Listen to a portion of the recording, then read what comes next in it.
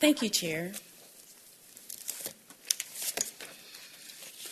Good evening, Madam Chair, Vice Chair, and the members of the Board of Appeals. Today is August the 7th, 2024. Please confirm your attendance as I call your name. Madam Chair Sherry Allen. Present. Vice Chair Justin Sperano. Present. Board Member Jason Botwell. Here. Board Member Fred Jewell. Absent. Board Member Nathan Guntham. Present. Board Member Susan Major. Board Member Bill Thaxton. Present. Your attendance have been confirmed and will be included in the official meeting minutes. Now I will read the announcements regarding the decorum and the procedures of the Board of Appeals meeting. The Board of Appeals' duty is to review and decide on appeals of the Director's administrative decision or interpretation of the Development Code, appeals regarding approvals or denials of a preliminary or plat without any dedication and variances from the standards of the Development Code. The petition will be heard in the sequence listed on the posted agenda. Following are some of the rules and procedures for this part of the meeting. The applicant and all those speaking in support of an application will be allowed a total of 10 minutes to present the petition. The applicant may choose to save some of that time for rebuttal following the presentation by the opposition. The opposition will be allowed to a total of 10 minutes to present its position. Since the burden of proof is upon the applicant will be allowed to make closing remarks provided time remains from the original allotted time. Staff will keep track of the time for both sides. Those called to speak will be taken in the order the public comment cards were reviewed by the Planning and Zoning Clerk prior to the beginning of tonight's meeting. All speakers will identify themselves by name, address, and, if applicable, organization before beginning their presentation. Demonstration of any sort within the chamber is prohibited, so please refrain from any applause, cheering, booing, outburst, or dialogue when the person is speaking. Please show the same respect to the person speaking that you will expect to receive. The applicant shall not submit materials to the Board of Appeals during the meeting. All materials should be submitted to the Community Development Department at least 21 days prior to the scheduled meeting for inclusion in the normal distribution of packaging to the board. Thank you, Madam Chair. Can I get a motion for approval of the meeting agenda? So moved. Is there a second? I'll second. Second from Member Major. Can we have a vote? All those in favor? Aye. Chair votes aye. Any nays? The motion passes. A motion for approval of the meeting minutes. Motion. The motion is made by Vice Chair Sperano. Is there a second? Second. Second by Member Thaxton. All those in favor say aye. Aye. Aye. Motion carries. The minutes are approved. Clerk, can you please call the first case? Thank you, Madam Chair. 2024-0005, V24-0018, 280 Lafayette Way. Applicant requests a variance from Code Section 7.8.2.4.A to allow the construction of a swimming pool and deck between the main building and a primary street. Presented by Laquita Williams, our Planner 1. Thanks, Samantha.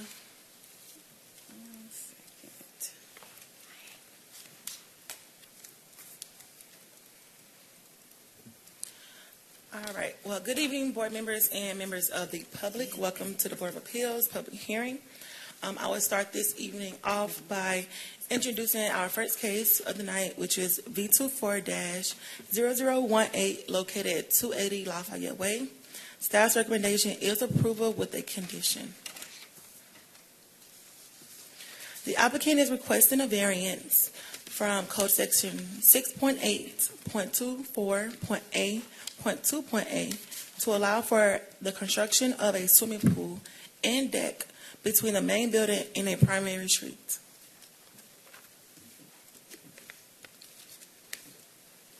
The character area of this property is protected neighborhood and the zoning is RD 18.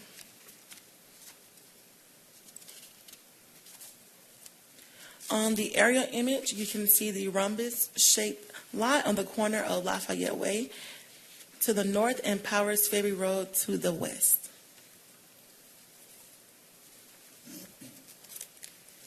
Here is the survey where you can see the front of the home right at the 20-foot side setback.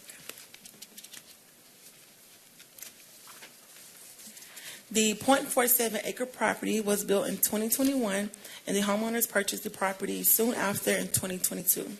The subject property is designated the zoning RD 18 for residential detached, requiring a minimum lot size of 18,000 square feet.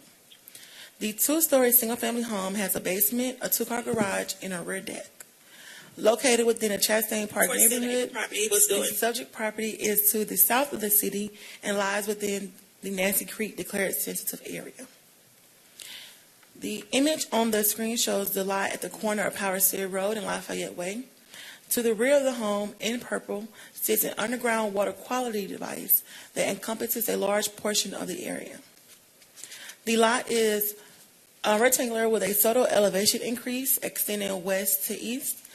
Due to the orientation of the home, Lafayette Way was designated as the side street, ensuring compliance with setback regulations and preventing any encroachment into the setback area. All right, so pictured to the left is the existing two-story home, and to the right is a view of the underground water quality device and the deck to the south of the home.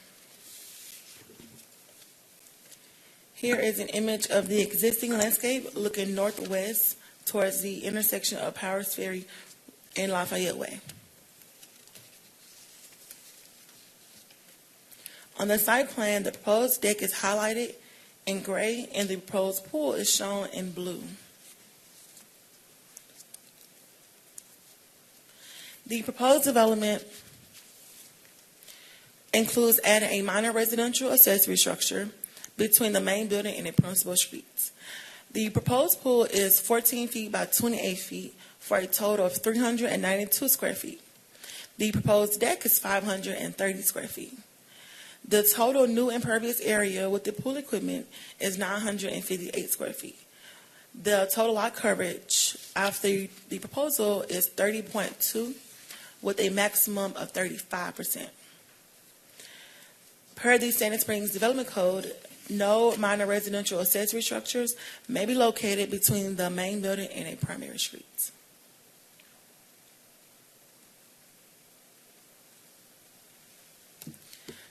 To the left is an image facing northwest towards Powers Ferry Road, showing the proposed location of the pool in foreground. And to the right is a view facing north towards Lafayette Way, standing at the proposed pool location. For the considerations, staff believes that placing a pool or any other accessory structures on the lot would be impossible without a variance, given the location of the water quality device, the orientation of the home, and the setbacks associated with RD 18 lots. The proposal and development code calls for a heavy landscape along the road frontages that would provide sufficient screening. The applicant provided alternatives that consider placing the proposed pool in the rear yard, which means removing the 630 square foot water quality device. This option was deemed unsafe by the city engineer. Oh, sorry, next slide. All right. No, I did that part already. Thank you. Staff recommends approval with a condition for variance V24-018, a request for variance from code section 7.8.24.8.2.a to allow for the construction of a swimming pool and deck between the main building and a primary street with the following condition: that the construction be substantially similar to the proposed site plan. Thanks. Thank you, Ms. Williams. Is there anyone here to speak on behalf of the applicant? Would you please come forward and state your name and your address?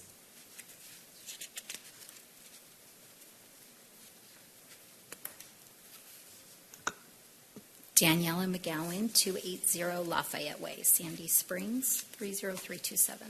Okay, and if you could speak up just a little bit. Sure. I'm just nervous, and my voice is going to shake a little. I understand. Do I just start? Yes, ma'am. Okay. Hello, I'm Daniela, and regardless of the outcome tonight, I do want to thank the City of Sandy Springs and their staff. This was a super overwhelming process, and the way they care and respond to the residents is amazing, and this type of customer service comes from the top down, so honestly, I want to thank you all for that. It's been really pleasant. My husband's with me today, Brian McGowan. He's president of Centennial Yards. He's building out the Gulch, and he's busy with that project, so it was up to me to work on this one. Our family consists of 5 adult sons. Our oldest is a roofer in Alaska. Our number 2 is a project manager in San Diego. Number 3 is a firefighter in Twin Falls, Idaho. And number 4 is a senior at Kennesaw State University. Number 5 is the baby, and he turns 18 soon and is a senior in high school. So Brian and I decided to pursue the process of getting a pool permit because over the last year and a half, I have had back and spinal problems to the point of not being able to walk due to pinched nerves. This stems from a car accident when I was a teenager. I've been seeing Axiom Spine Center for help, and one rehab mentioned was Aqua Physical Therapy. So that's when we got serious about the thought of a pool. After meeting with the city, we realized we needed a variance and hired David, who's our landscape architect, he's here tonight, to help with the process, but also help to design and create the most private landscaping, taking into account our neighbors and the aesthetics of Chastain Park. As far as choosing the location, we chose the west side, corner Powers Ferry and Lafayette. It's very large, probably about 1/4 of an acre in itself. It's the best spot for a pool, as all other sides have been ruled out. The north is the front door, the east is the driveway, and the south is where the 40-foot-long WQD is at. And according to the pool contractor and the chief engineer with the city, Mr. Amsbury, that cannot be relocated and then have a pool put in that spot because it's unstable. We have not done anything with this area of our yard yet, but we have already invested $35,000 into a metal fence and brick pillars to surround our home. We could have gone with cheaper fencing, but we tried to do it to look nice. We knew we were going to do something with this area at some point. So we do care about the neighborhood, and hopefully our plans will increase our value as well as the values of the homes around us. We are requesting a variance in this location and worked hard to address all of the concerns, and thankful for the staff recommendation. So starting with privacy, the plateau area where the pool will go is up 8 to 10 feet from the street from Powers Ferry, which is the primary street. So if you're standing on the street, it's very difficult to see the top of the plateau as it is now, and once there is a 5 to 6 foot privacy hedge surrounding at the top of the plateau, it would be invisible from that street. The Lafayette side, it's about 4 feet up from there, and with a privacy hedge again, it should be completely invisible. We have a master plan to include sod, new bushes, and just create a really nice environment on that side. We obviously want the most privacy for us, but also for our neighbors. Precedent. There are 2 other pools up on the road within 8 houses of us. They both back to the primary street of Powers Ferry. They both are within the Chastain Park triangle of homes of Sandy Springs that goes into the Chastain Park and in the Nancy Creek district. They have been approved for pools, and one of them just finished theirs in the last 6 months, so it is recent. Safety. There is no access off of Powers Ferry, no risk of pedestrians or traffic coming into the pool area as the metal fence, concrete pillars, the huge setback of over 50 feet, and the rise of up to 10 feet would not allow that, so it's perfectly safe. Setbacks. We are not asking for any leniency on setbacks as this lot is very spacious, so the edge of the pool and slight concrete work will be well behind the 50-foot setback off Powers Ferry, and it will also comply with the setbacks off of Lafayette. We also are not asking for anything in regards to imperviousness. The pool design and surrounding concrete decking is well under the 35% allowance. The disturbance of trees and land, well, the good news is that only one pine tree which will need to be removed, and it's probably a pine that has to go anyway for the safety of the home. And with our new plan, the foliage would actually increase tenfold at least or more, which would help with erosion and maintaining a healthy Nancy Creek area. And enjoyment. Lastly, our plea is to be able to enjoy our property to fullest. This area is about 1/4 of an acre, and with a pool, we'll be able to enjoy ourselves as soon-to-be empty nesters. It's also good for our physical and mental health. And I do have a fear that I could be locked down again, or who knows, but I would like to have the full use of my home and my yard. Thank you, and if there's anything I have not addressed, myself or David can answer any questions. Ms. Williams? Yeah, I just wanted to point out, before I was supposed to end my PowerPoint, there are 3 comments in opposition. Madam Chairman, did anybody time that? That's what I was getting ready to ask. What is our time? It's not, the counter's not on. 15 seconds left? Okay. I timed it so differently at home. Are you finished, ma'am? Mm-hmm. Okay. Is there anyone here in support? Anyone in opposition?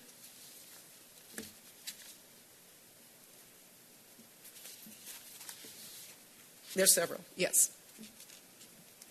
Okay, and ma'am, you can be seated. And what is the time frame we have for those who want to speak in opposition? 3 minutes? If as the group, 10 minutes, excuse me. And is this the group that wanted to come all together and then speak separately? Okay, please move forward.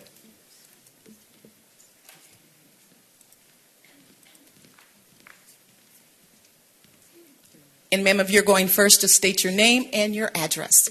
Okay, thank you. Stephanie Herbst-Lucky, 4706 Powers Ferry Road. Okay, you may proceed. Okay. My husband and I have lived in Sandy Springs for 20 years. We've been homeowners for 32. This is the first time we've ever opposed a variance. It's the first time we've ever had a conflict with a neighbor.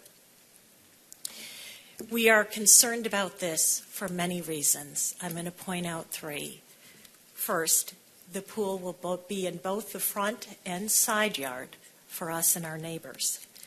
It will be aesthetically unpleasing on 2 major roads in Sandy Springs. 2, since the inception of this home, it has been poorly maintained and its property. There is no grass. In fact, I do not believe the pictures are representative.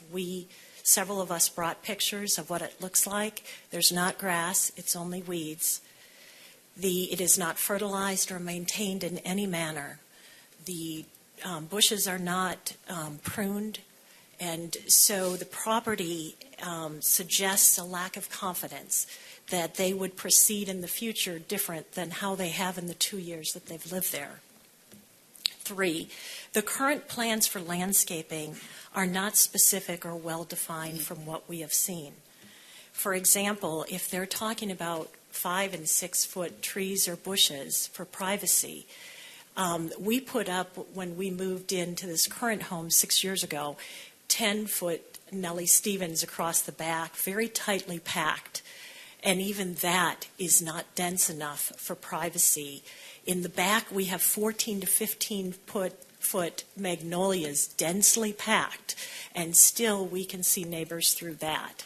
They are on a hill, so they're exposed for us and our neighbors in several places. I would also like to mention that not represented here are several other neighbors that oppose that did submit online. Thank you, ma'am.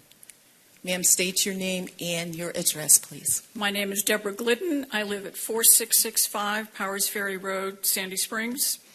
I oppose this variance. I've worked for more than 40 years to save trees in Atlanta and Sandy Springs, plus 2,200 acres of wilderness on the Georgia coast. I have two reasons for opposing this. First, the primary specimen, which does not show in their photographs, but I have photographs I'm happy to share with you, is a 125-foot loblolly pine, will be severely compromised both by the pool company destroying 15% of the root structure plus compacting the soil within the drip line. I learned the hard way at my prior house when the pool company ignored my construction design to cut 25% of the roots of a 100-foot oak. My tree guy said the only possible way to save that tree was to prune 25% of the tree foliage on the same side, but couldn't guarantee the survival.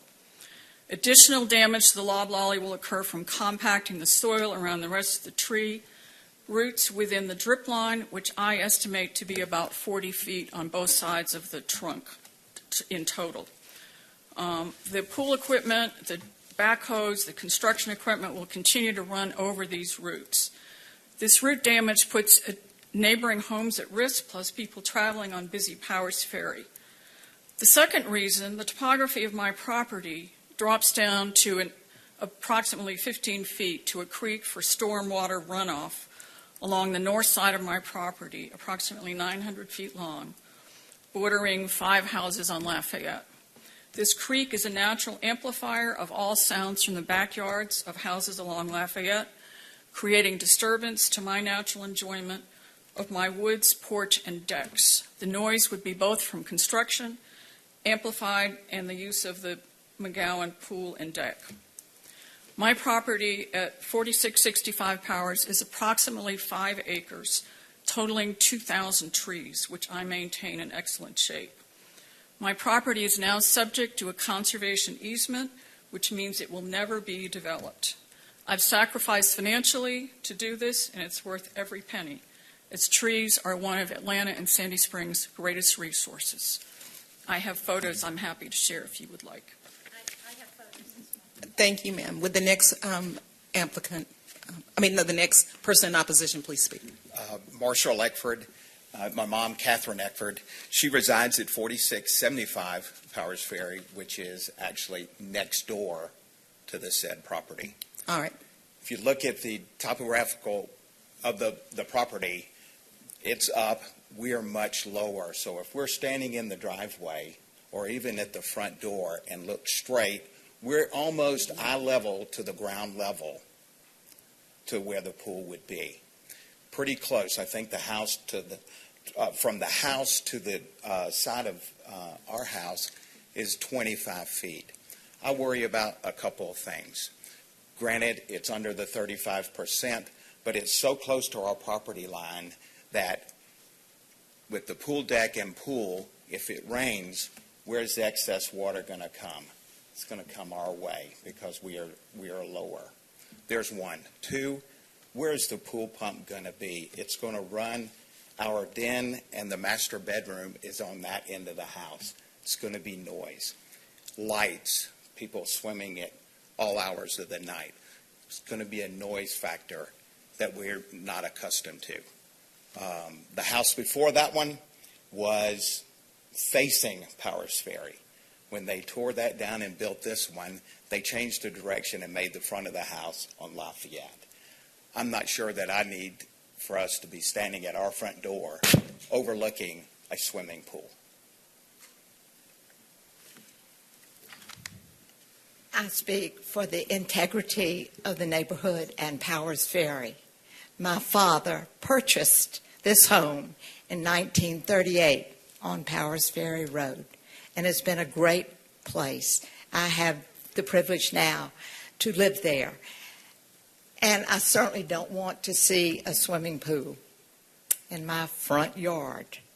So I come asking for that and the integrity of Powers Ferry Road and the neighborhood. Thank you. Ma'am. Thank you. Is there someone else to speak in opposition? Yes, thank you. My name is Jim Lucky, 4706 Powers Ferry Road. I join all the other comments. A few other things. We live directly across the street, across Powers Ferry, a very short distance from the property where the pool is proposed to be built. It's inconceivable that it wouldn't be visible. Right now, there are some shrubs on that hill that are maybe 3.5 feet tall. create no barrier whatsoever. It's going to be obvious to anybody on Powers Ferry or Lafayette, they're going to be looking at the pool, given if it's surrounded by 5 or 6 foot shrubs. The other concern is, as previously mentioned, and we're not lawn snobs, but the lawn has not been cared for the 3 years since the house was reconstructed. And given that the lawn has not been cared for really at all, I do appreciate the comment about the fence being put in, but the condition of the property is such that you really have no confidence that even if they put in bushes and shrubs, are they really going to be able to be maintained? The pool is permanent. It's forever. Shrubs can die. Shrubs got to be maintained. Shrubs got, and they're just shrubs, and they're not going to be tall enough per the plan to really create any kind of visible barrier. So we're very concerned about that. And that's some of the primary concerns, joining with some of the others on that. And that's all I have. Thank you, sir. Thank you all. Madam Chair, we have a correction to the applicant's time on here. The actual time she used was 3 minutes and 45 seconds, so she still has a rebuttal time. Thank you. Would the applicant like to rebut the comments that were made? If so, approach the podium. Thank you. So I understand their concerns, and to address the first person, Stephanie, we bought this. It's very overwhelming. Half acre. This quarter lot's probably a quarter of the acre. We have not done anything with it in 2 years because it takes 2 years to save up over $100,000 to be able to put a pool in cash. I would love to have had that. Don't have it. Didn't have it. Have it now. I would like to come up with a master plan to make everything work. So as far as upkeep, I hear that, but honestly, I don't use chemicals on my lawn. I have 2 dogs. I'm near Nancy Creek. I don't want that in the runoff. So the person who cares about trees, trust me, I get it. I don't want to chop down the pine tree, but I have branches bigger than me falling down. I have an arborist who says it's dangerous because of the canopy. I don't have a choice. It's going to come down, pull or not. I'm sorry. But we will plant more. I love trees. I love the environment. Secondly, I'm very grateful that this panel is not just Buckhead residents. I'm very grateful. It's all of Sandy Springs up here making these decisions. I think I understand the enjoyment factor, but I would love for them to raise their hands of how many of them have pools. We also would not be, we could put up better fencing if they want on that area. Instead of doing the fence we have, I could put up a wood fence. What would make them happy to not be able to view that? Not everyone's property is perfect in Chastain Park. Many of the homes are still from the 50s or 20s even, I don't know. But nothing's perfect there. I'm sorry, I'm great if theirs is, mine is not. And the inside of my house is worse because I've had 5 boys. That's just the way it is. It's not going to be perfect. We're going to do our best. Our whole goal is to come up with a master plan. Our whole goal is to resod the area, make sure the grass is green, make sure the hedgings work, make sure we have landscaping outside the fence. We don't have any of that now. I don't know what we will do if we do not get approved for the variance and put the pool. I don't know what I will do with that piece of land. I'll have to decide. If I can't use it for my enjoyment, I don't know. I don't know what happens with it. My dogs love it. But I hear their concerns. I would like to say Marshall is not correct what he's saying. Catherine, who is my neighbor, he is saying he will view a pool from his front door. That is actually impossible. And if you look at how his house sits and her front door, if you were standing on her front door looking to my yard, you would probably not be able to see it because of the way the houses are situated and what's there now, because I sure can't see her front door. Will you be able to see the foliage from her driveway? Absolutely. The driveway is probably 100 feet long as it goes all the way back to her home. She has a small, older home. And I don't see anyone complaining about her place. Like, this is insane to me. So all I can do is plead to the board that we will make it look nice. We will keep up with Chastain's standards of what aesthetically it looks like. We have not done anything, I would agree with everyone here, for the last 2 years, just because it didn't make sense to put 10 or 20,000 when we were trying to figure out a master plan. And having a master plan just makes sense to us. As far as the neighbor across the street, I actually not sure which house he's in, but there are a lot of, actually right across from me on Powers Ferry is a flagship lot with an easement. The house sits behind. They have to look into their neighbor's yard. Down the road, 2 houses just sold for over $2.5 million, brand new builds. One is a flagship lot. One looks into the other's yard with a pool. This is not abnormal in Chastain if from the second floor of the house you have a view of a tiny corner of my pool. That isn't privacy, has privacy around it. So that is not abnormal for Chastain Park. I know they want to make it seem like that. It's not. So, thank you. All right, thank you.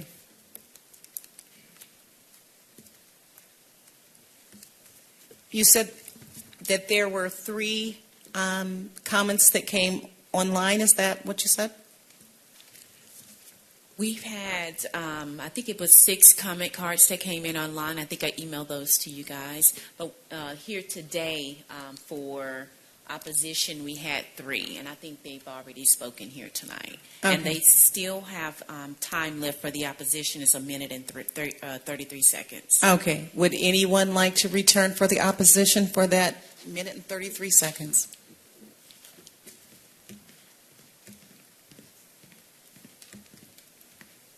I'm going to go ahead and speak, and then obviously I would welcome anyone else from the opposition. We've been in this exact neighborhood for 20 years. I know every neighbor down Lafayette Way. I know most of the neighbors down Dudley and many on Powers Ferry. I have never once seen neighbors come together with this kind of objection to another neighbor. And I think that's indicative of this situation. Thank you, ma'am. Sir? Yes, thank you. I'd just like to add one more thing to kind of give a little bit of background on the property at issue. 3 years ago, the house that was previously there was torn down. And that house faced Powers Ferry. The front yard and front door was facing Powers Ferry.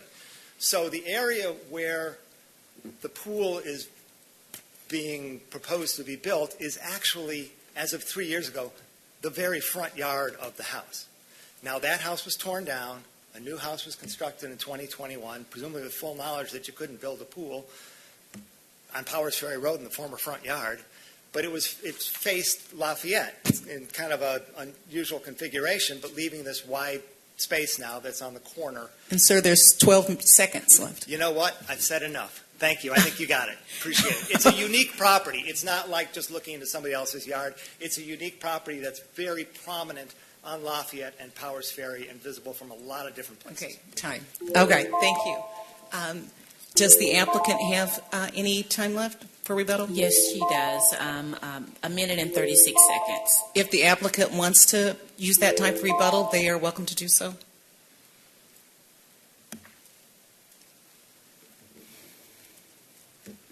I want to thank the last gentleman for proving my point that this is a unique property. We did not hire the builder. We bought it. We saw a sign. We could afford it at the time. We bought it.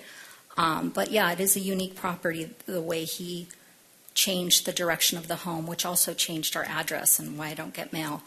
But I did not have control over that. And it is a unique property, and this is a unique instance. And I'm just sad that they don't have confidence in a master plan, but again, the standard of Chastain Park would actually be just leaving the land alone, and that's what I may do because it's been there for 50 years or way before anyone else who's been up here. So that's fine with me as well, but thank you very much. Thank you. We'll close the public hearing at this time and open the board for the floor for discussion from the board. Any discussion?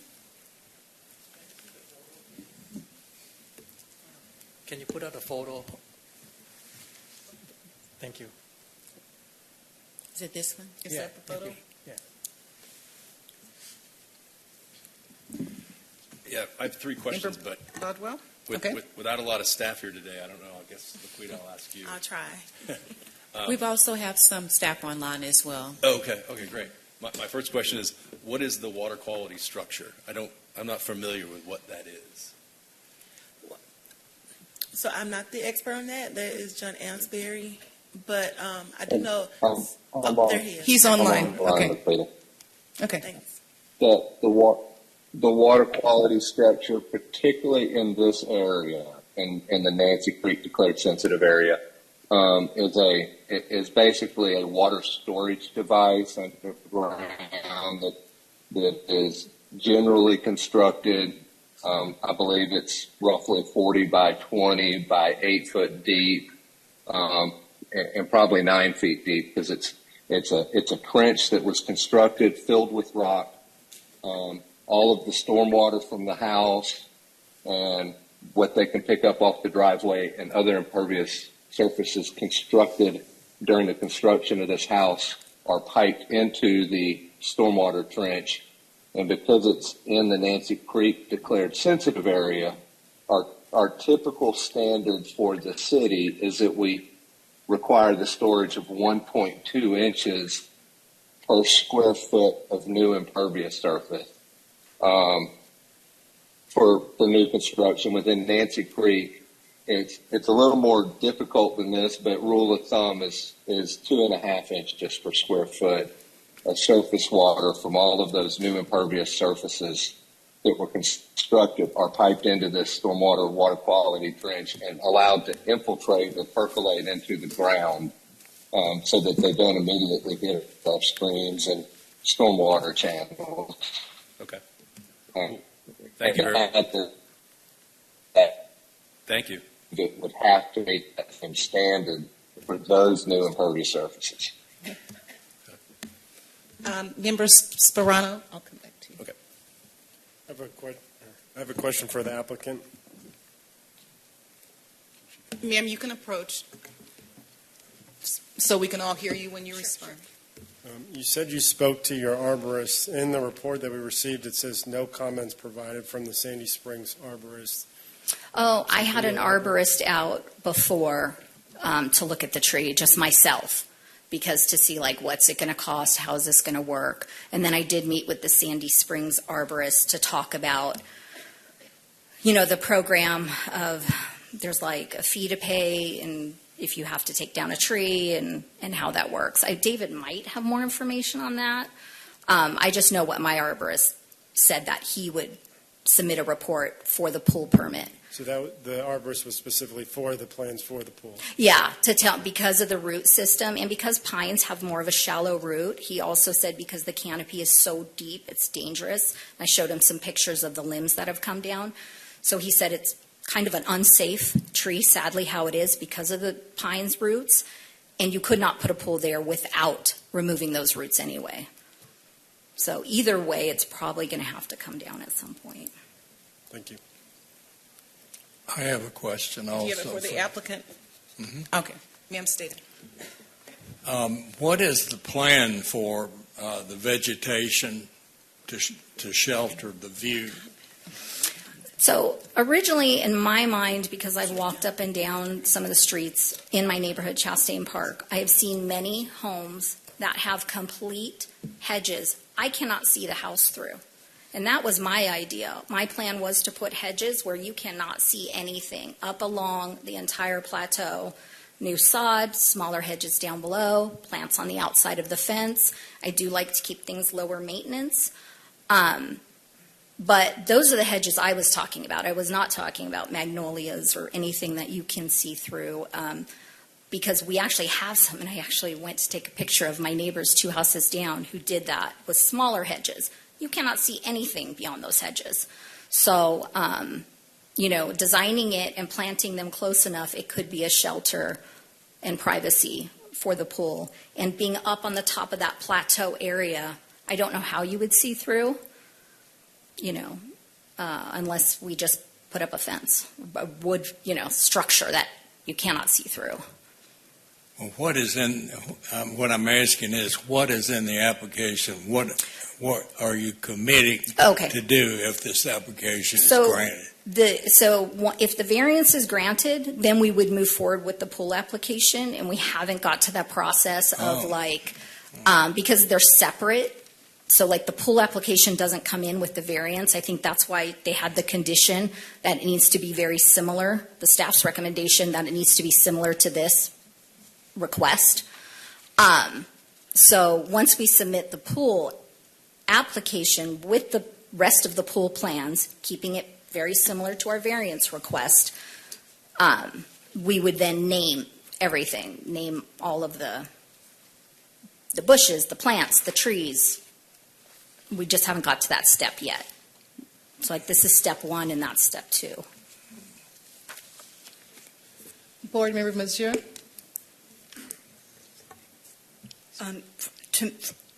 No questions for you. Okay, you may be seated. For me, this doesn't feel right. I feel like it's very disruptive to the neighbors. So that's 9 neighbors, if you count the 6 we received by comment card. Too many people opposed. I would not be happy if this was happening across the street from me. So I'm not going to be able to support this. I happen to live on a lot that I can never build a pool on my lot. That's just the way it is.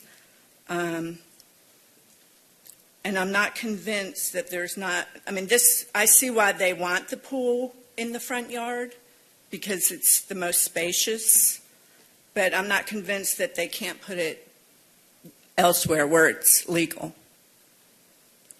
Thank you. Board Member Bodwell? Yeah, I guess for Laquita, I don't know a lot about the codes for fences around pools, but the fence that they've already built around, is that sufficient for safety of the pool? Yes, I believe so. They have to connect the fence to the house to close it inward, or either they can do a pool cover. But since I already have a fence, it has to touch the house on both sides and comply with fire code to have the latching appropriate. There wouldn't be another one required around the immediate circumference of the pool? Okay. And so that was one question. Then my last one was, if I understood the picture correct, as it stands right now, everything is within the setback in the front. Everything is in the buildable area. Okay. They're not going outside of the front setback of the 50 feet. That is correct. Okay. Any other discussion? Can you turn on your mic? Yeah, what I'm hearing is more about privacy issues to me, and I don't think the applicant know exactly what you're trying to do quite yet because you're not at a stage. So I don't know, maybe just a statement for me. And I also wanted to mention that you guys can add a condition that the planting should fully obscure the pool from the view. So we have our code that requires planting. The applicant has her proposal as well, but you also can add a condition that it'll be fully obscured. Any other discussion from any of the board members?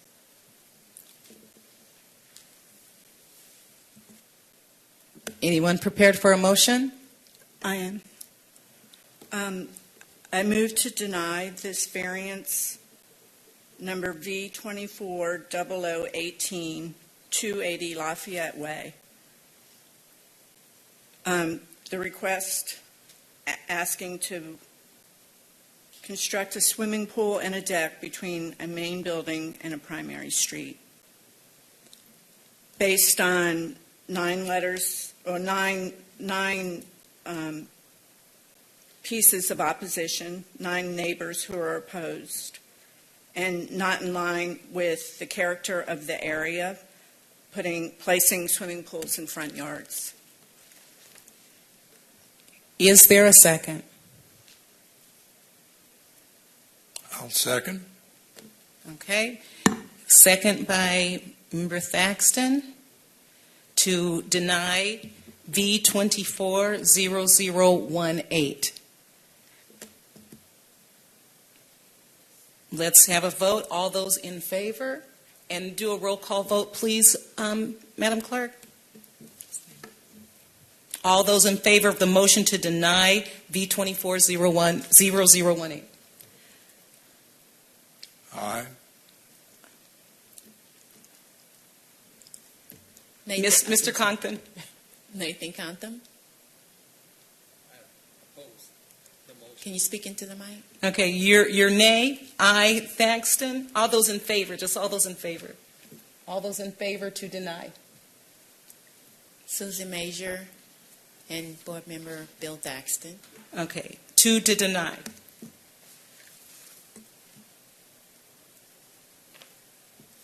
Okay, we can call the next case. Yeah, so there's 2 to deny. Okay, so the all those in favor to approve. Oh, I can't make a motion. So the motion fails because there's just 2 to deny, to support the motion. Is there another motion? Sure, I'll make a motion to approve the variance with the conditions as stated to create vegetation that obscures the view of the pool. Is there a second? I'll second. Okay, so there's a motion to approve V 240018 with the condition, are you saying along with staff's recommendation and that it is obscured as well? Yes. Okay. And is that what you're seconding, Member Sperano? Correct. Okay. All those in favor of approving V 240018 subject to the conditions provided by staff and the conditions of having it where the planting and the shrubs obscure the pool, all those in favor say aye. Aye. Aye. Aye for Contham, Sperano, Bodwell, and the chair votes aye. The motion carries. Got it. Please call the next case. Thank you, Madam Chair. 2024-0006 V24-0019 485 Franklin Road. Applicant requests a variance from Code Section 6.5.2.A.1.2 allow for a second driveway to remain constructed on a residential lot with less than 130 feet of footage. Presented by Laquita Williams, our planner 1. All righty. All right, so for our next case we have is for V29. Can we have the screen changed, please?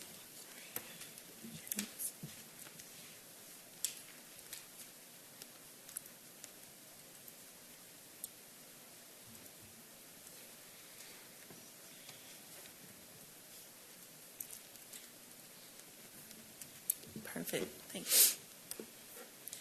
All right, yes, so for the next one we have is for V29-0019 located at 485 Franklin Road. Staff's recommendation is denial. The applicant is requesting, thank you. The applicant is requesting a variance from code section 6.5.2.A.1 to allow for a second driveway to remain constructed on a residential lot with less than 130 feet of frontage. The character area is protected neighborhood, and the zoning is RD18. On the aerial image, you can see the square-shaped lot on Franklin Road. Here is the as-built where you can see the original driveway and the unpermitted portion. So the house was originally constructed in 1972 and underwent a significant remodel in 2017. Based on Fulton County's records, the present homeowners acquired the property in 2020. The 0.4-acre subject property is designated as RD18 for requiring a lot size of 18,000 square feet minimum. The two-story single-family home has a basement, a 3-car garage, and 2 driveways.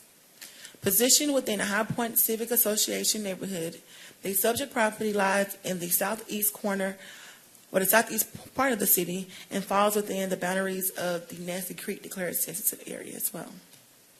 The parcel is located on Franklin Road, which has a functional classification of minor.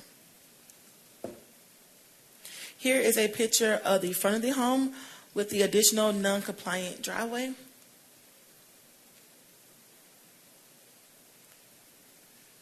Another image of the as-built. The applicants, again, are requesting a variance to maintain their driveway that they constructed, and currently it's 130.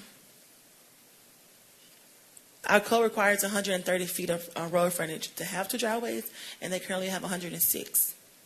This is a deviation from code section 6.5.2.a, which states that only 1 driveway is allowed for every 65 feet of frontage on the same lot. So to the left is a view facing northeast, showing the original driveway to Franklin Road with the additional driveway to the right.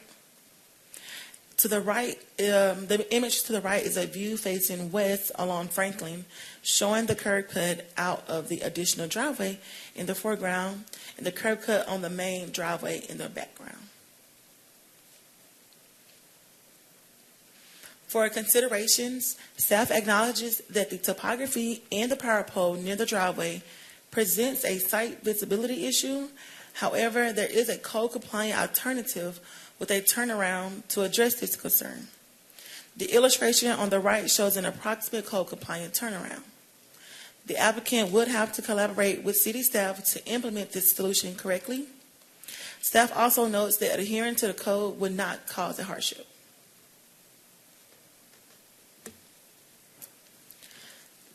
Next slide, please. Staff recommends denial of V24-0019. And for this one, the applicant did provide, and some residents provided comments, all in support of a total of 13. So 13 residents commented in support to keep the driveway. All right. Thank you, Ms. Williams. Is there anyone here to speak on behalf of the applicant? Please state your name and your address. Yeah, good evening. My name's TJ Wolf. I'm here with my wife, Erin, and we reside at 485 Franklin Road. And just before I begin, just similar to the prior applicant, I'd like to extend my thanks to Ms. Williams and the entire planning team. Her help was invaluable in preparing for this evening. So although we're on opposite sides of the issue, we really did value that. I think just for efficiency's sake, what I wanted to do was just address the variance considerations on pages 12 and 13 of the staff's report. And, you know, in general, the primary purpose of this project was to improve the safety of the area. And so just kind of wanted to walk through the staff's concerns. You know, kind of first addressing points A and B, you know, the staff indicated that an additional access point to the road would actually increase the risk profile of the area. We would disagree with that position. You know, any access point by its nature has the potential to create risk, but this doesn't increase the number of vehicles ingress or egress from the property. So it is an additional access point, but it wouldn't change the number of cars coming in or out of the property. With regard to point C, when we think about the alternative that the staff proposed, as the staff notes, there is site limitation issues from the power pole, the guidelines, some vegetation on adjacent properties, but also the rise in the hill coming from the west. And so while the turnaround would allow us to exit facing forward onto the road, it wouldn't create any space from those obstructions. So our horseshoe solution that you saw on the pages there both allows us to exit facing forward and create space from those obstructions further to the west. In addition, we thought that the solution we presented was the most functionally efficient and the best aesthetic option for the property as well. Just a few final points on point D. You know, tough to determine what an extraordinary hardship is. And we would agree with the staff that all of those conditions, the power pole, the overhead lines, those have existed for many years. What we would argue is that the conditions in the community have changed slightly. There is increased traffic from the area being more developed. The city has installed several traffic calming measures, so speed bumps along the road. There was a speed detection device placed on the road earlier this year, presumably for a speed study. And there's also significant pedestrian traffic on the road, and there are no sidewalks except for the extreme western end of Franklin. So for all those reasons, we thought that the solution, provided a better safety situation. And then I think, finally on point G, we did want to note to the board that since we moved into this property in 2020, we completed two major projects, one to complete the basement and one to remove some dead or dying trees, both of which were permitted with the city prior to commencing the work. And that's important to us. You saw the driveway was built. Before doing this, we researched the code. We thought it was in compliance, and so we apologize for that oversight, but did want the board to know that the compliance was important to us. And then, finally, as Ms. Williams noted, we had a number of neighbors both sign a letter in support of this and write in independently in support of the project. So that is it. Thank you for your time. All right, thank you, sir. You have 6 minutes and 40 seconds for rebuttal. Is there anyone here in opposition, to speak in opposition to V240019?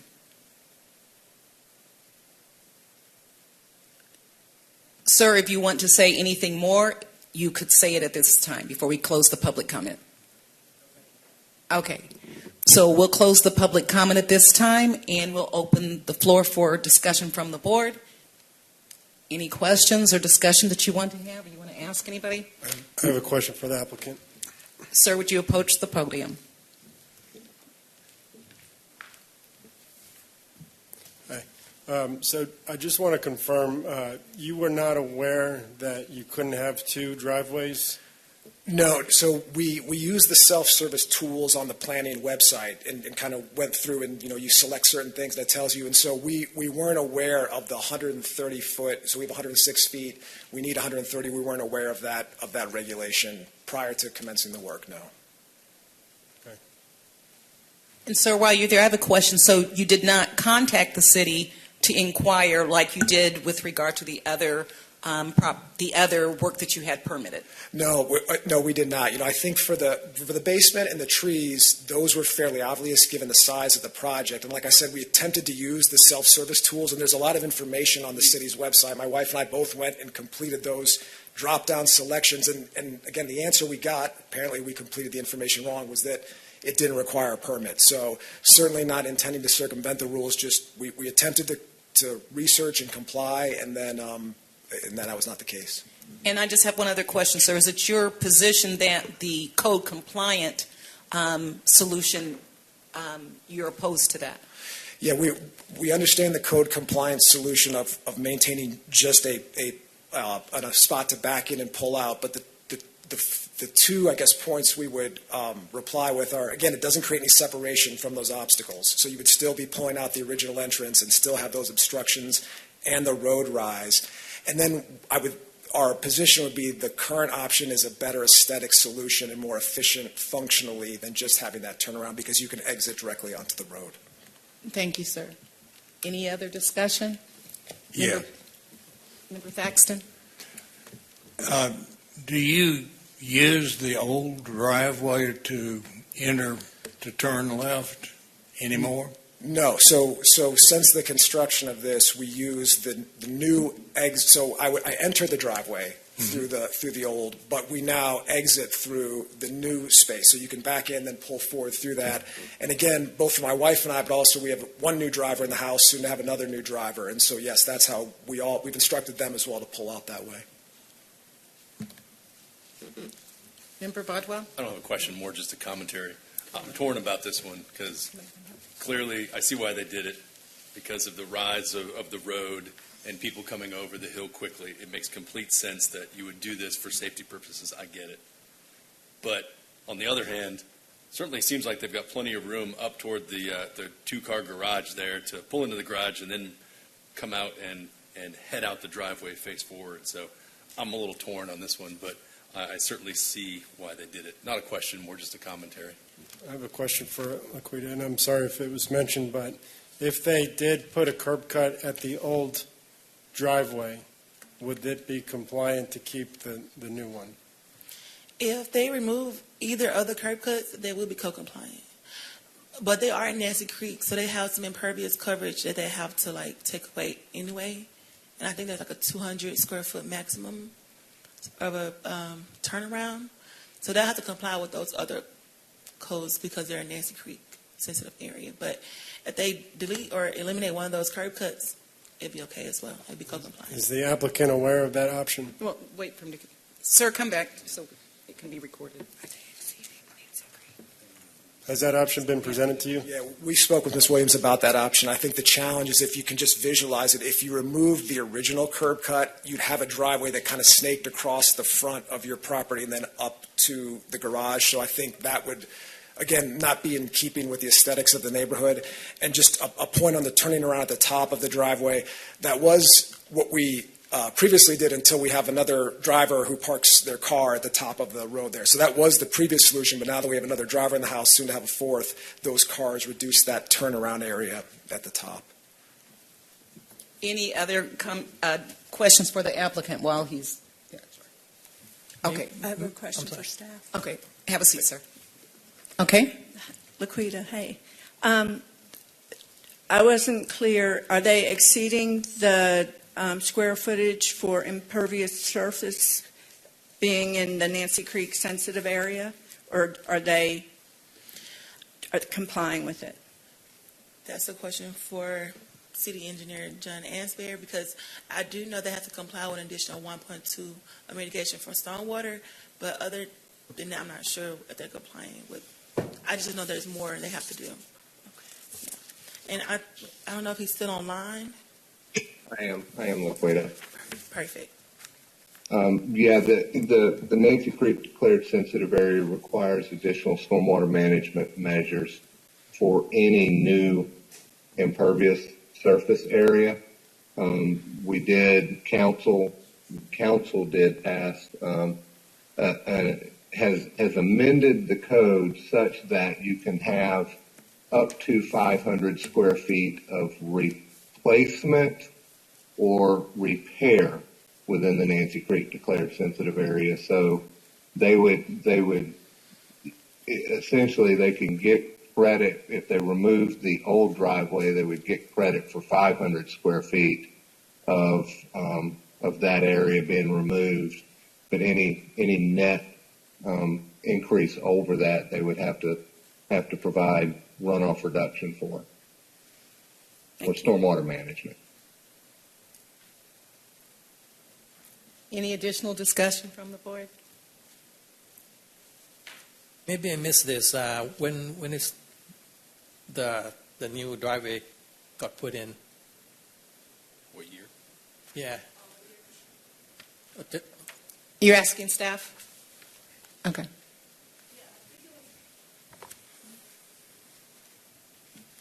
Laquita, this is Jesus. I don't know if y'all can hear me okay.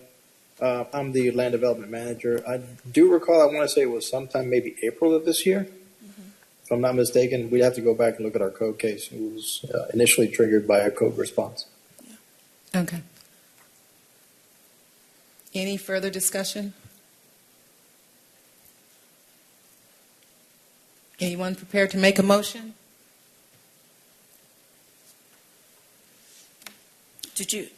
I have a question. Okay. Staff recommended approval or denial? Staff recommended denial. Okay.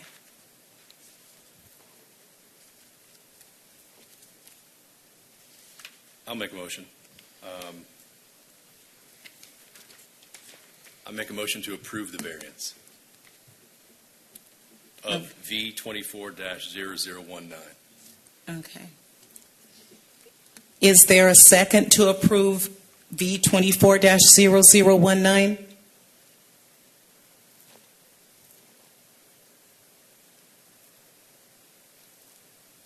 Last time, is there a second? The motion fails for no second.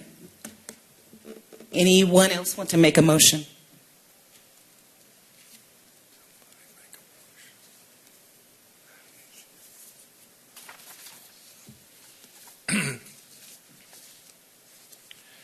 I move to deny the V24-0019 485 Franklin Road Northwest. Is there a second to deny a variance for V24-0019? I'll second. Second from Member Sperano, Vice Chair Sperano. Let's have a vote. So all in favor of the motion to deny V24-0019, please state so now. Let's start. Member Compton.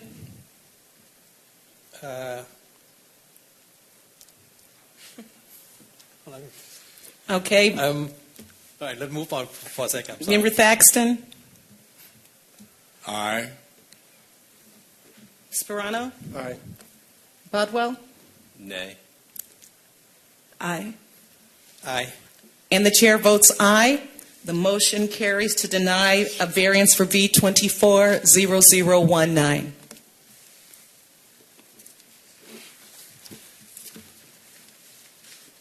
Madam Clerk, please call the next case. Thank you, Madam Chair. V24-0020 6040 Riverwood Drive. Applicant requests a variance from Code Section 9.4.2.G.3.A to allow for grading and retaining walls to be placed within the 20-foot rear grading setback, presented by Laquita Williams, our Planner 1. All right, thanks, Sam. For our last case of the evening, like Sam said, it's V24-0020, located at 6040 Riverwood Drive, Northwest. Staff's recommendation is denial. The applicants are requesting a variance from Code Section 9.4.2.G.3.A to allow for grading and retaining walls to be placed within the 20-foot rear grading setback. The character area is protected neighborhood, and the zoning is RE1. On the aerial image, you can see the trapezoid lights on Riverwood Drive in blue, or highlighted in blue. All right, on the survey, you can see the two-story single-family home with accessory structures in the rear. According to Fulton County records, the current homeowners acquired the property in 2017, while the residence itself was constructed in 1966. The property is zoned as RE1 for residential estate, 1 acre minimum lot size, although the parcel measures only 0.59 acre.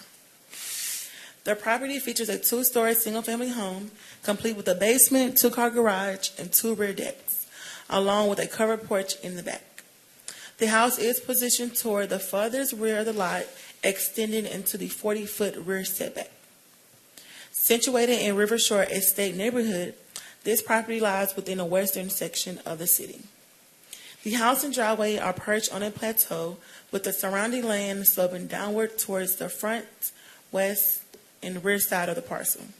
The neighboring property to the east is elevated and slopes down towards the driveway. For existing conditions, to the left is a picture of the front of the home facing south, and to the right is a picture of the back of the home facing north. Here is a view of the landscape and some topography in the rear of the property facing south. On the site plan in red, you can see the proposed wall and the limits of disturbance very close to it. And here are some images of the rear yard facing south.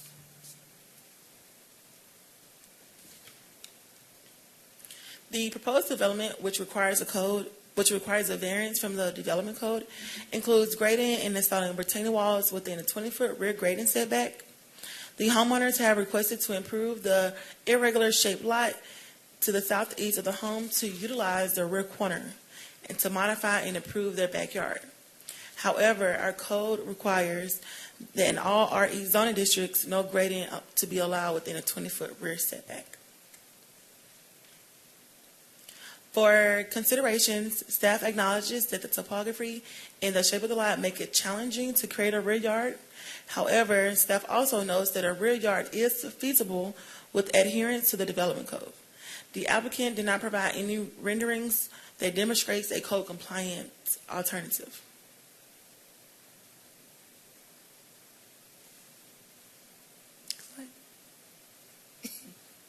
Staff recommends denial of V24-0018 to allow for grading and retaining walls to be placed in a 20-foot rear grading setback. However, if the board chooses to approve, staff recommends the following condition: that the applicant must comply with other relevant code sections except as requested. Thank you. Is there anyone here to testify on behalf of the applicant? Please state your name and your address. Thank you, Madam Chair. My name is Katie Tinsley, and my husband and I own the house at issue here at 6040 Riverwood Drive. We respectfully disagree with the staff's report's denial recommendation. As I walk through this rebuttal, a common theme will become apparent.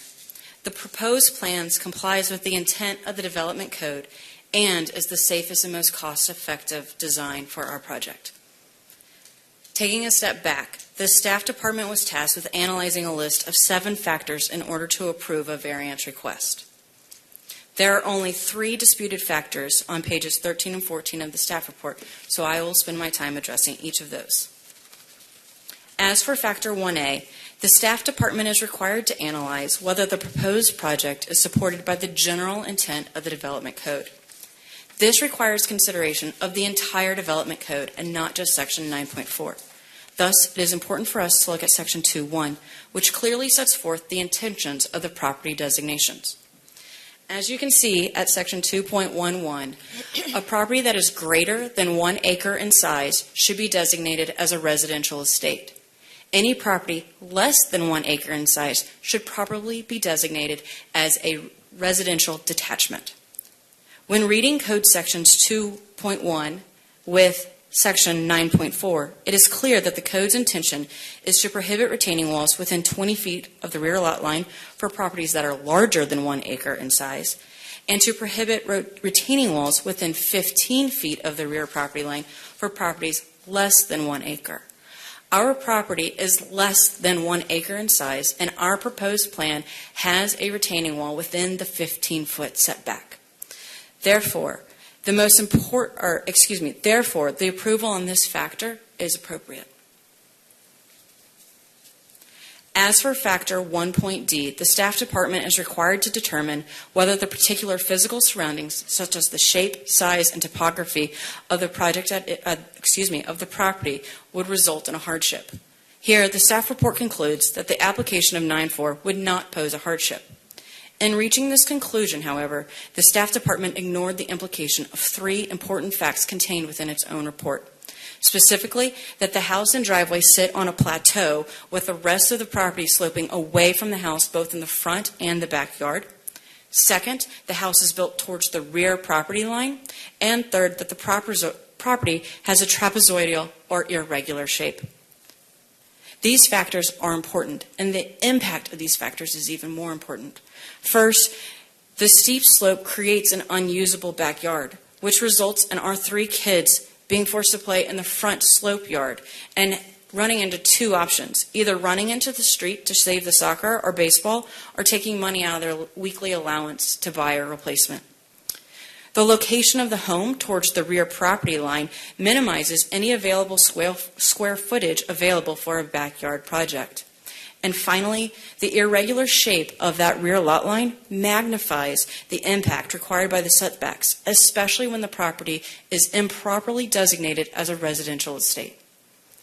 Thus, the impacts of the existing physical conditions clearly establish an extraordinary hardship, and approval of this factor is also appropriate.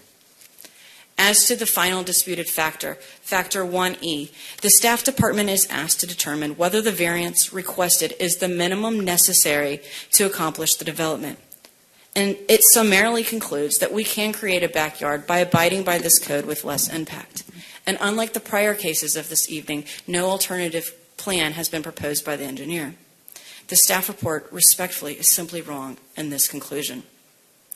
When we first purchased this home, we hired a landscape architect to help us solve the backyard problem. The resulting plan included a large 10-foot tall retaining wall. This was both costly and unsafe, so we abandoned the project. But in 2020, due to years of erosioning and a weakening root system, a large tree in our backyard came crashing down in the middle of the night. Luckily, it fell away from the home. Had it fallen towards our home, it would have landed on the guest room where my dad was recovering from his cancer treatments. It was at this point that we knew we needed to reinvigorate and solve the backyard problem. After saving for a few years, we engaged Design Innovative. We wanted to design a backyard that maximized the available space for our kids to play, but more importantly, was safe with a retaining wall less than 4 feet high, was cost-effective, and compliant with the code. It has taken us a year to get to this point. We've hired 2 landscape architects to come up with the most effective plan, and we've come up with 4 different sets of plans, which we have available for you guys to look at if you'd like. Now, we've already discussed on point 1 that the proposed plan is compliant with the development code given the size of our lot. So let's talk about safety and cost. Our proposed plan is comprised of a system of 3 separate small retaining walls. I'm going to point them out. Step away from the microphone. There's one here on the side lot, a second one. Would you like for me to come here? Remember Texan? Oh. Elderly gentleman. Thanks, love. Not all the way approach, but that should be. Can you see? Oh. There's 2 small retaining walls on the left side if you're looking at it, and 1 small retaining wall on the right side. We could have designed a backyard that has 1 large retaining wall in order to maximize the usable square footage, but we've already given up on that in order to have the smaller, safer retaining wall size. If the engineer is correct, and we are required to place a retaining wall outside the 20-foot setback, then not only would we lose a significant portion of usable square footage, but the design, based on the topography, would necessarily require a retaining wall either 8, 10, or 12 feet high. That results in larger footings, a geogrid, and other engineering design costs. Simply stated, the staff department's opinion ignores the financial and safety considerations of our proposed plan and asks us, the homeowners, to bear the increased costs and heightened risk associated with taller retaining walls that have no impact from our neighbors. Accordingly, approval on this factor is appropriate. At the end of the day, members of this board, our proposal complies with the code's intent, because the retaining walls will not be placed within the 15-foot setback for properties that are smaller than 1 acre, and it provides a plan that is both safe and cost-effective. As such, we respectfully request that this board approve our variance request. Thank you, and I'm here for any questions. Thank you.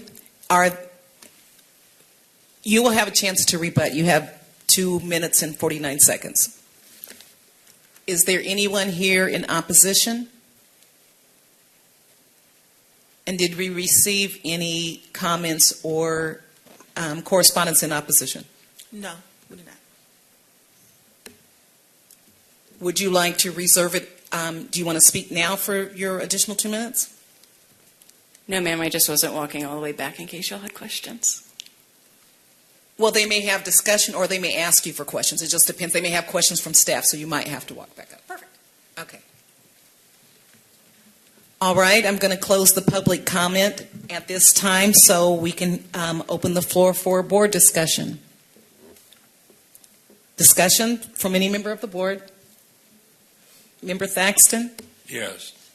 Did I understand you to say that you are not violating the 20-foot setback? I think he does have a question directly for you. Okay. You have it for the applicant, right? Yes. Okay, sir. It does not violate it? If our property were properly designated as a residential detachment, the proposed plan complies with Section 9.4. The other question is, well, that kind of befuddles me. The staff is saying if the area were smaller, it would comply. But you're saying it does comply, so we've got a question of fact that I don't know how to resolve. So our property is designated by the plat as a residential estate, and the Code Development Section 2.2.1 requires a minimum lot size of 1 acre in order to be designated as a residential estate. So there is an error in the code, I'm not sure of the exact word, but of the coding of our property or the designation of our property as a residential estate. It should properly be designated as a residential detachment.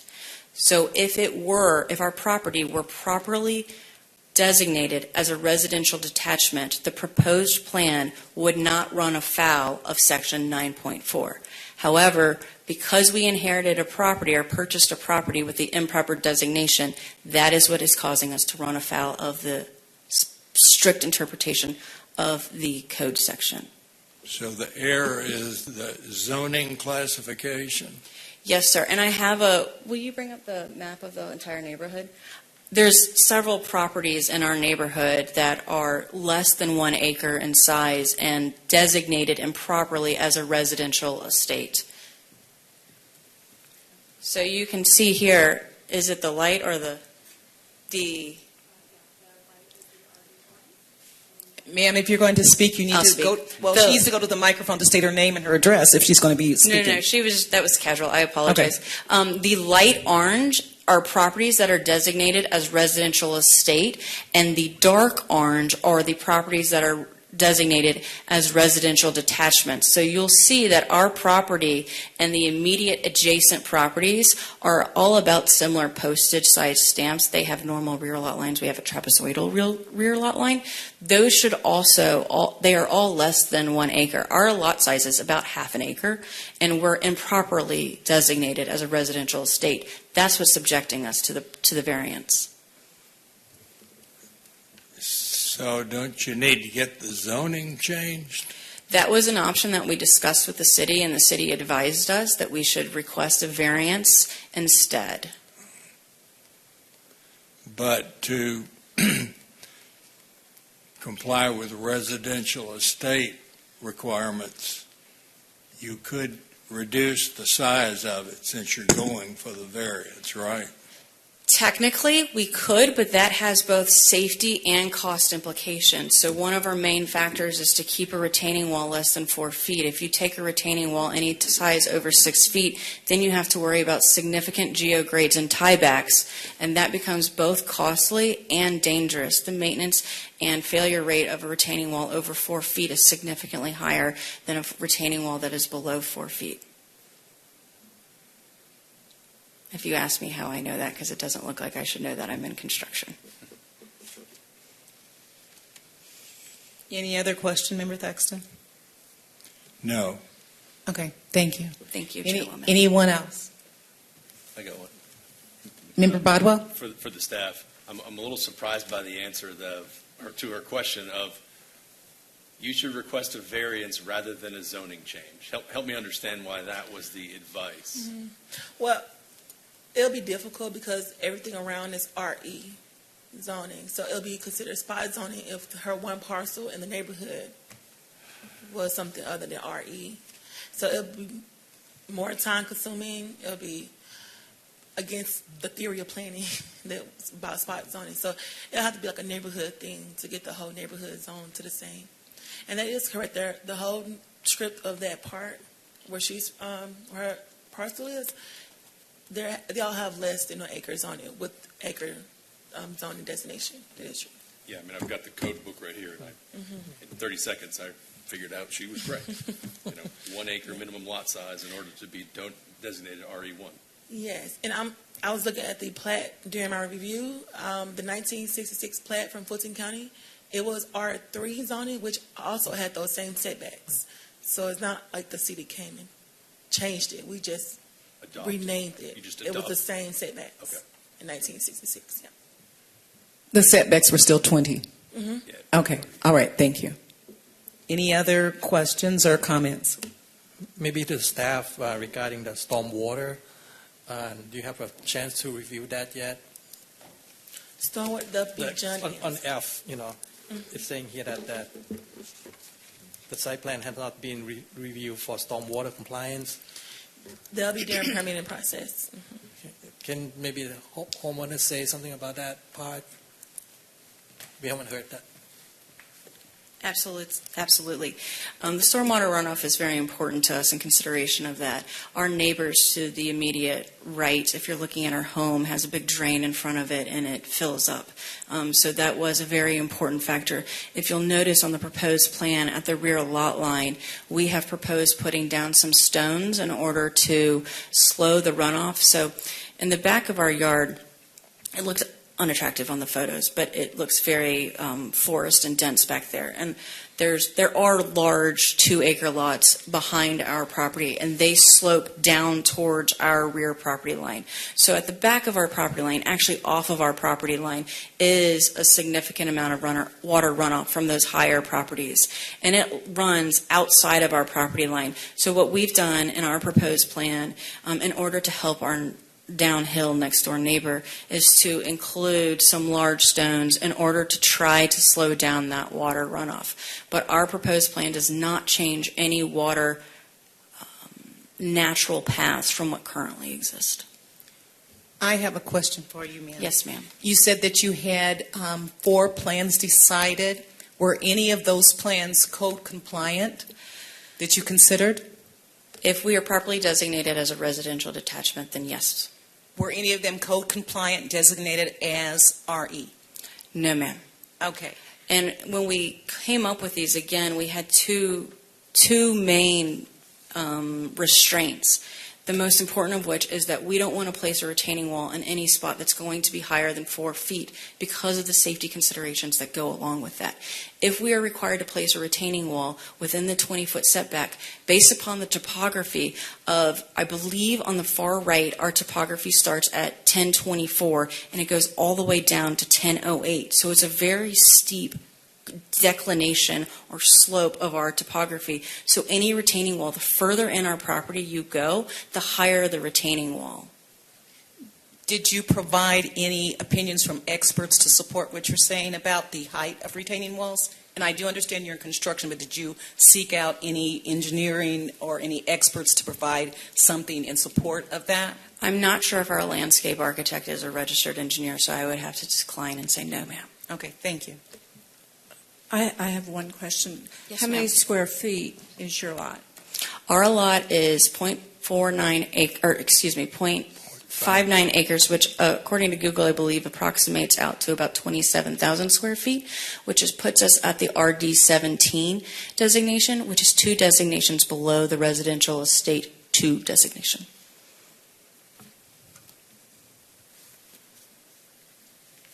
I have one more question for staff. Okay.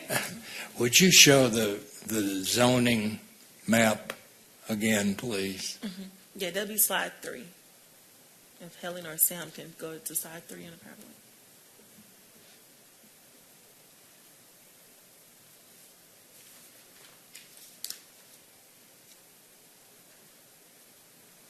Slide 4. Slide 4.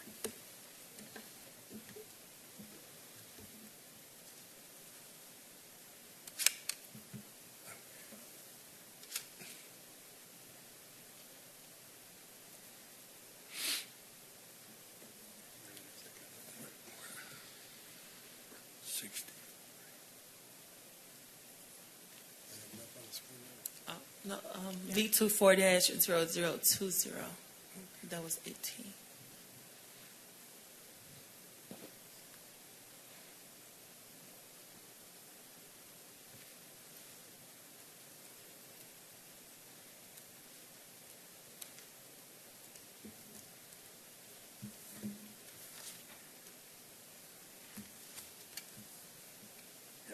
Thank you.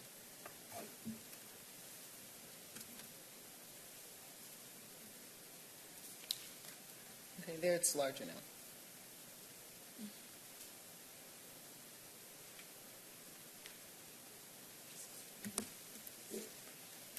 Any other discussion?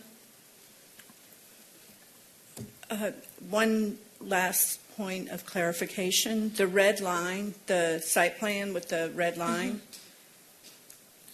that red line meets 15 feet all the way around of undisturbed area. Is that true?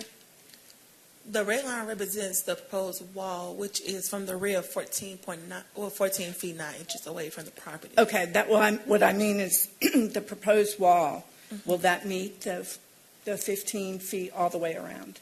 No. It won't. So from the rear is 20. The other part would be Right. considered the side, and there are 10. It meets those. It meets the 10. So it's just the rear. Mhm. But the rear does hit 14.9 Yes, of when undisturbed. it's supposed to meet 20. So she's asking for 5 feet. Yeah. Okay. Any other discussion? Just some commentary. I find it hard to deny a variance because this is almost a clerical error. I find that hard to do. So that's just my opinion. I mean, this should really, based on what I'm seeing, be zoned RD some number. And Yeah, she's having to meet stricter guidelines for a larger lot. yeah, this isn't a situation of I want to build something and I can't because it's not aesthetically pleasing. This is a situation of I want to build something and I can't because the data is wrong in a zoning system. Yeah, staff, we agree with that. That the whole, like I said, the whole split of neighborhoods, they're less than an acre and they all have acre designation. That is something that we definitely will and can bring up during our 2025 comprehensive plan update, because that's not what, that's great, that's not what it's supposed to be, but it's been that way since it was platted in 1966, so it's time for it to be updated. Anything further? If there's nothing further, does anybody have a motion they would like to propose? Yeah, I move to approve. I move to approve the V24-0020-6040 Riverwood Drive.